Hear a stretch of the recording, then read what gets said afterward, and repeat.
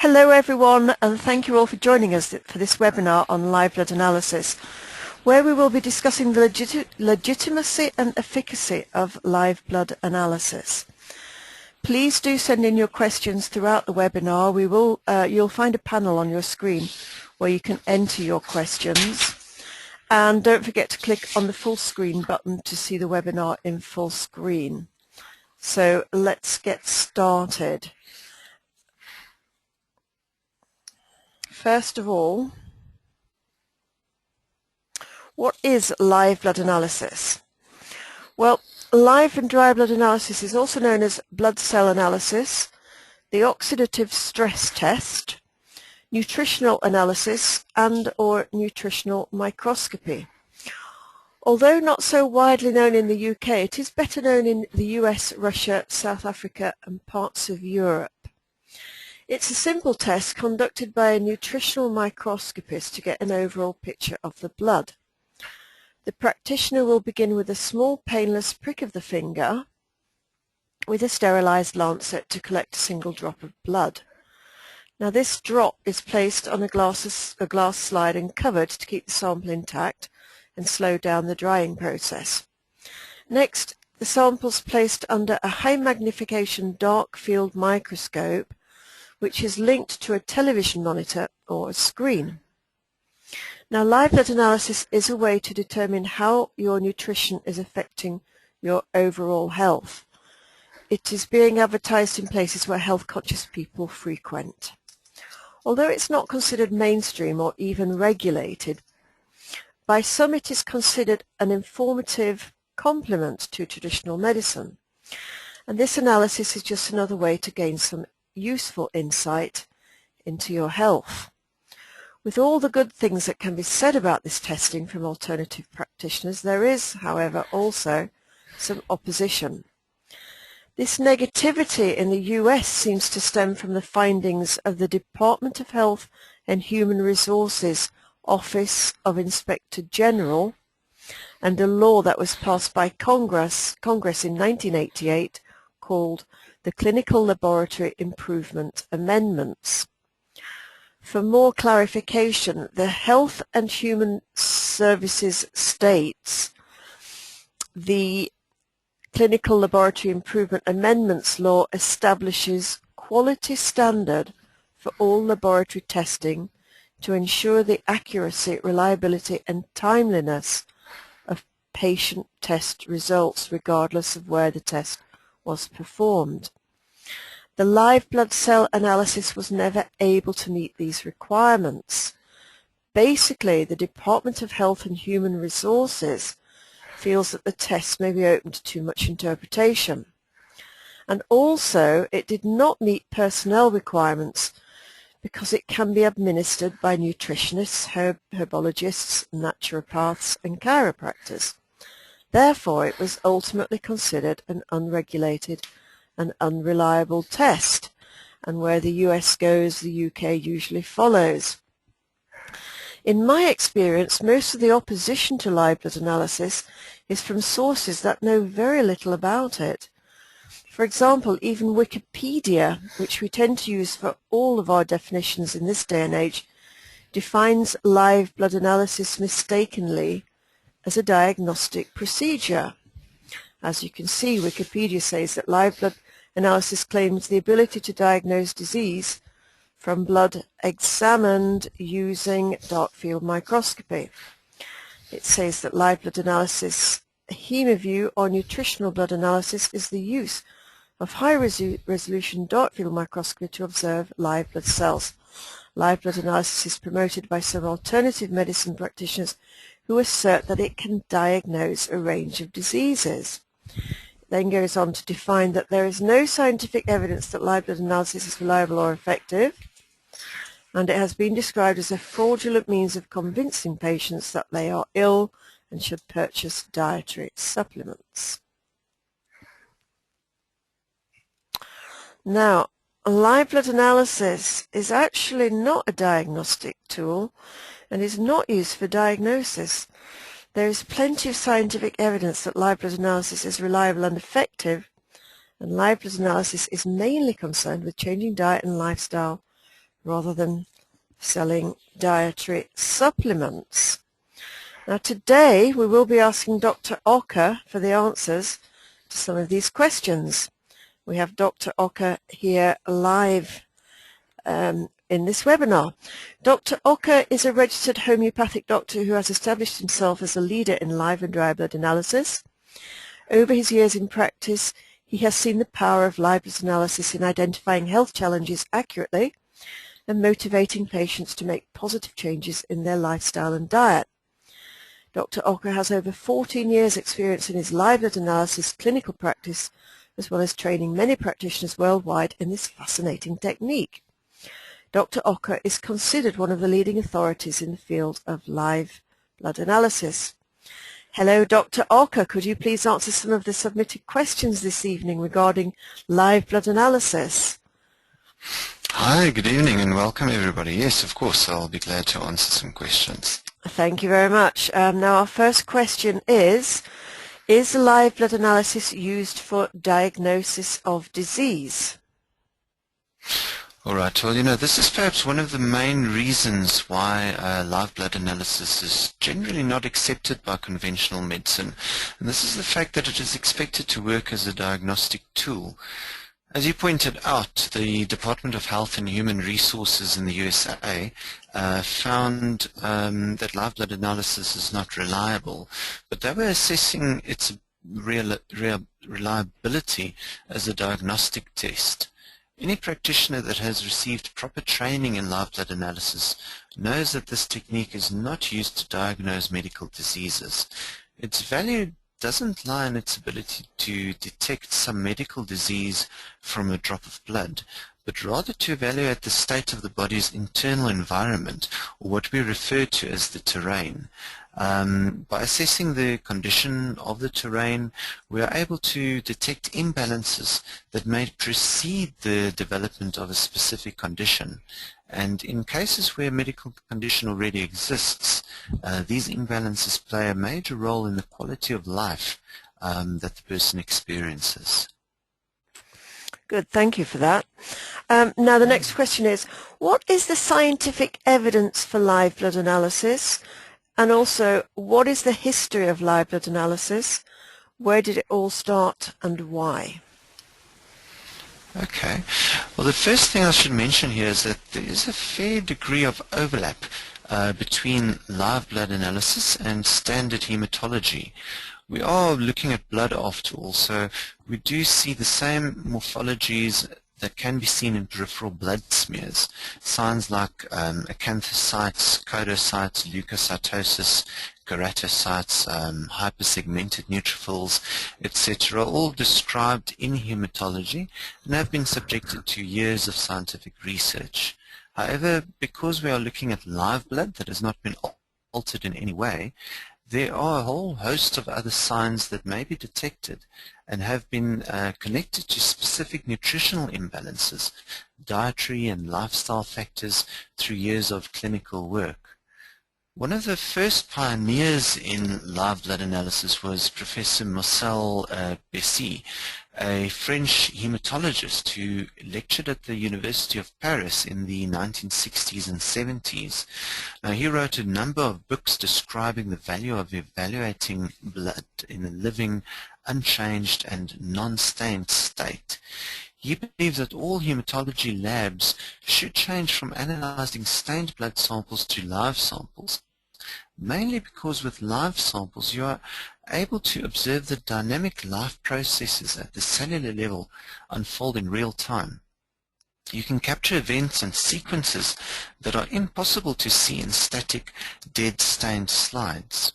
Now, since Professor Bessy, there has been other researchers that have continued to connect the dots between what is seen in the blood and the client's state of health, and ultimately to the interventions that are consistently successful in correcting a specific anomaly. Thanks to the work of these researchers, we now understand the physiological basis of most live blood anomalies. In other words, we know the underlying processes that lead to the development of a particular anomaly in the blood. For example, in live blood analysis, We always treated the presence of fibrin as a liver stress indicator. We now know that there are two separate mechanisms for fibrin formation that relate to the liver. Firstly, fibrin is formed from fibrinogen, one of the acute phase proteins, which is produced by the liver in response to inflammation.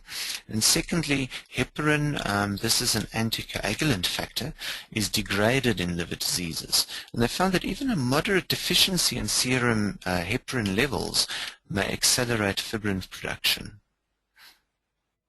Then there was also Professor Günther Enderlein, a German bacteriologist from the early 20th century, who developed a theory called pleomorphism.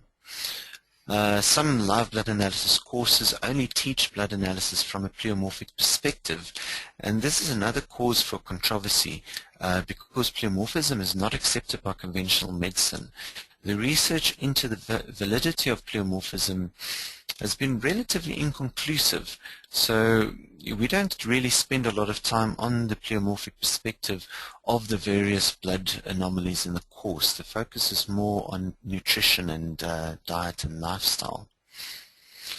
There also another important thing to mention is that there have been a number of scientific studies that prove the link between specific blood anomalies and specific health challenges. For example, the presence of thrombocyte aggregation, these are little groups of platelets that can be seen in the blood, has been shown to be strongly associated with an increased risk of heart disease. Another study showed that there was a strong correlation between live blood analysis and conventional tests on points such as iron deficiency, vitamin B12 deficiency, liver disease, neutrophilia, and high cholesterol. But here they tested for conditions that can be verified by conventional tests, and this borders on medical diagnosis. The real challenge is in designing a study to effectively assess the ability of live blood analysis to detect the conditions it is ideally suited to detect. In other words, the imbalances within the terrain. Now, there really are no conventionally accepted tests for things like latent tissue acidosis or toxicity or an intestinal candida overgrowth. So the unique ability of live blood analysis to detect these conditions makes it very difficult to develop an objective study to really test its accuracy.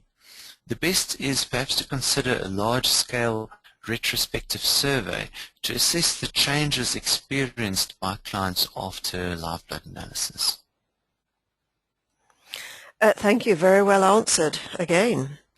So Dr. Ocker, now why does live blood analysis attract such negative press? Okay, well, live blood analysis is a tool used by natural health practitioners. Now, unfortunately, there still is a great divide between conventional medicine and complementary medicine. Because the two philosophies are so different, here we have a tool that can be used to detect conditions that conventional medicine is still largely in denial about, such as the need for detoxification, heavy metal toxicity, latent acidosis, and so on. So I think it's fair to expect some degree of resistance from conventional medicine as a result of that. The other factor is, of course, the fact that most medically trained practitioners don't know anything about live blood analysis and immediately assume that it must be a diagnostic tool. Also, some negative press comes from the perception that live blood analysis is only used to sell products. There are some practitioners who use it as a tool to sell their clients a bunch of supplements, and the negative press is justified in these cases. However, the problem does not lie with live blood analysis itself, but rather with greedy people who are only interested in profits and not in giving their clients value for money. This is not unique to live blood analysis. Other tests are used in the same way, and the same types of people are found in every other industry as well. I don't think we can deny the delivery of a useful service because because of the abuse of a few charlatans. If we did that, we would have no real healthcare system at all. Okay, thank you. We do have a question now. Is live blood analysis legal? All right, live blood analysis is not regulated, although there are restrictions in place in some states in the USA. Aside from the USA, if you can show that you have received formal training in live blood analysis, you will be able to use this technique, provided you don't make any claims about a diagnosis. We have not been able to find out which states in the USA have restrictions about live blood analysis, and I know of practitioners all across the USA that use live blood analysis without any incident. Although one has to be careful, depending on your scope of practice from your other qualifications, to prescribe treatment. Most of my clients in the USA state that they use live blood analysis as a tool to educate their clients about the impact of diet and nutrition on their health. Good. And can anyone take the blood sample, or does it have to be a medical doctor? Okay, well, it's just a finger prick, so anyone can really do it. I haven't come across any restrictions for lancing fingers. It's only when blood is drawn from vessels that a nurse or doctor needs to do it. Okay, good. And we have a question here. Some people might think it all sounds too good to be true. Is there a catch? No, as long as you use live blood analysis for what it is intended to be used, you won't experience the benefits of live blood analysis if you try to use it to diagnose medical diseases, or if you don't have sufficient training in the theory and the practice, or if you don't have a good enough microscope system. Okay. And finally, I think, what is the difference between traditional blood tests and live blood analysis? All right, well, we can go through those. In conventional blood tests, they use stained, essentially dead blood, whereas in live blood analysis we use live blood. Conventional blood tests make use of venous blood, so blood drawn from veins, whereas with live blood analysis we use capillary blood. In conventional blood tests they add a coagulant to the sample. In live blood analysis nothing really is added to the samples. In conventional blood tests the technician only really views the blood hours after drawing the sample, whereas in live blood analysis we view the blood sample immediately after taking the sample. In conventional blood tests, only a few parameters are tested, generally only what is specified on the form, whereas in live blood analysis many parameters are tested. Essentially anything that is present in the blood will show up and will be detected. And in conventional blood tests they are more concerned with diagnosing disease, whereas in live blood analysis we are really concerned with preventing disease. Also with conventional blood tests the client only really see the blood test results on a report, and in live blood analysis it's more of an interactive process where the client actually sees their blood, and that really plays a big role in the strength of blood analysis as well. Thank you very much for that. We don't seem to have any more questions for the moment, so I'd just like to say thank you so very much for clearing up a lot of misinformation and answering our questions very clearly and precisely. Are there any more questions? We don't seem to have any at the moment. If you do have any questions, please send them to us at info@livebloodlondon.com, and we'll be very pleased to answer them. Also, please visit our website for more information on live blood analysis, which is www.livebloodonline.com. Now, if you're interested in taking one of our training courses, again, please email us for our information pack at info@livebloodlondon.com. And thank you very much for joining us. We hope you will join us again in the near future. We will be covering more topics about live blood analysis, so do also let us know if you want to be in our mailing list. So thank you very, very much for that, Dr. Ocker, and we look forward to speaking to you again in the future. Thank you very much. Looking forward to it. Thank you. And goodbye from Live Blood Online and goodbye from Dr. Ocker. Goodbye. Keep well. Thank you. Thanks. Bye.